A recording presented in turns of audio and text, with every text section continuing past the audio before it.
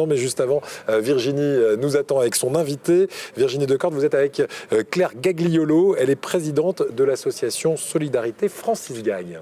Oui, Eric, alors on profite de ce cadre bucolique avec mon invité, c'est Claire, bonsoir. Bonsoir Virginie. Alors avec vous, on va revenir sur cette association que vous présidez, l'association Francis Gague. Alors elle est née en 1962, elle vise depuis le départ, donc depuis le début des années 60, à aider les personnes âgées démunies. C'était l'objectif donc depuis le début. Oui, c'était l'objectif de Francis Gague quand il a créé cette association. Alors c'est vrai, elle est ancienne, elle date de 1962, mais Francis Gague la faisait vivre, donc on parle de solidarité Francis Gague.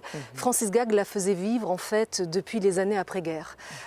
C'était un personnage très connu sur les ondes radio, et il lançait des appels aux dons pour aider les personnes âgées qui se trouvaient dans la difficulté, qui ne pouvaient pas payer le loyer, pas faire réparer une vitre.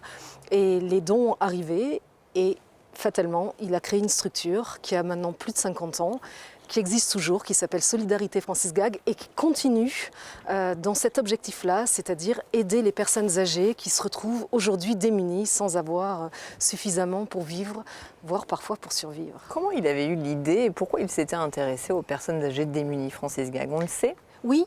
Ce personnage célèbre à l'époque sur les ondes qui s'appelait Tante Victorine était très écouté à Nice et un jour un de ses amis lui a dit: tu sais, j'ai entendu dire dans mon entourage qu'une petite mamie n'arrivait plus à payer son chauffage.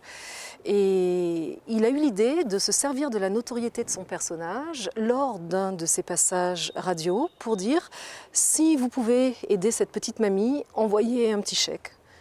Et les chèques ont commencé à arriver en quantité, et ce qui a fait qu'après, il a fallu structurer les choses, ouvrir un compte en banque, créer une association. Et d'où cette association qui existe encore en 2016. Toujours. Claire, malheureusement, le constat, est-ce qu'il a beaucoup changé ?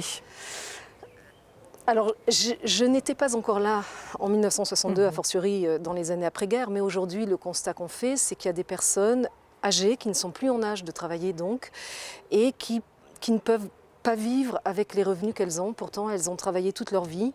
Et il y a des personnes âgées qui se trouvent dans une très grande précarité.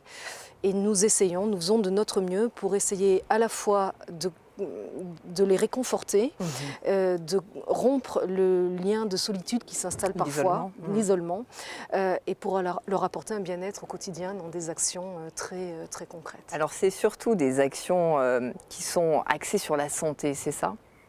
Oui, en fait, c'est axé sur le lien social.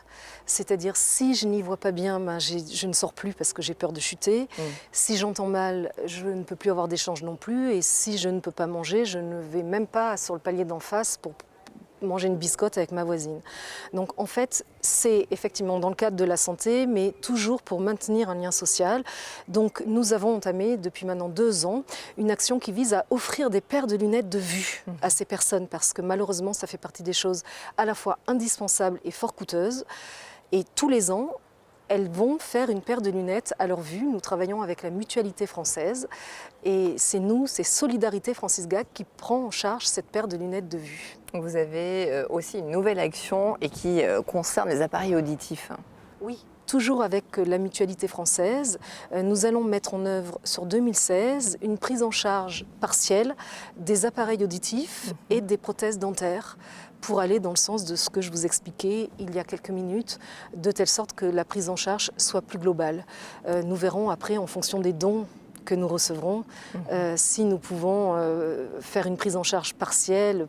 On peut espérer total un jour, pourquoi pas? Alors justement, Claire, on peut faire un don très simplement en allant sur votre site internet. Oui, solidaritefrancisgague.fr est le site internet qui présente les actions de l'association. En allant sur ce site internet, on a accès à nos coordonnées bancaires et même au site PayPal, on peut faire un don par PayPal. Depuis l'année dernière, Solidarité Francis Gague a été reconnue par la préfecture comme association à but exclusif d'assistance et de bienfaisance. Et à ce titre, Solidarité Francis Gag peut recevoir des dons et le donneur, lui, peut bénéficier d'un abattement d'impôt jusqu'à 66% du montant de son don.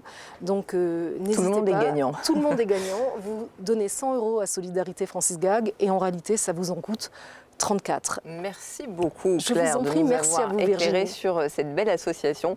On va repartir tout près d'ici.